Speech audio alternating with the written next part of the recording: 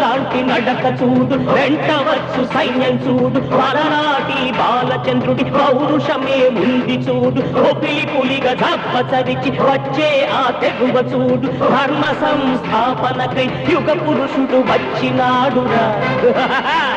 ఈ భాషాకింక దేశంలోనే ఎదురు లేరురా, ఈ భాషాకింక దేశంలోనే ఎదురు లేరురా.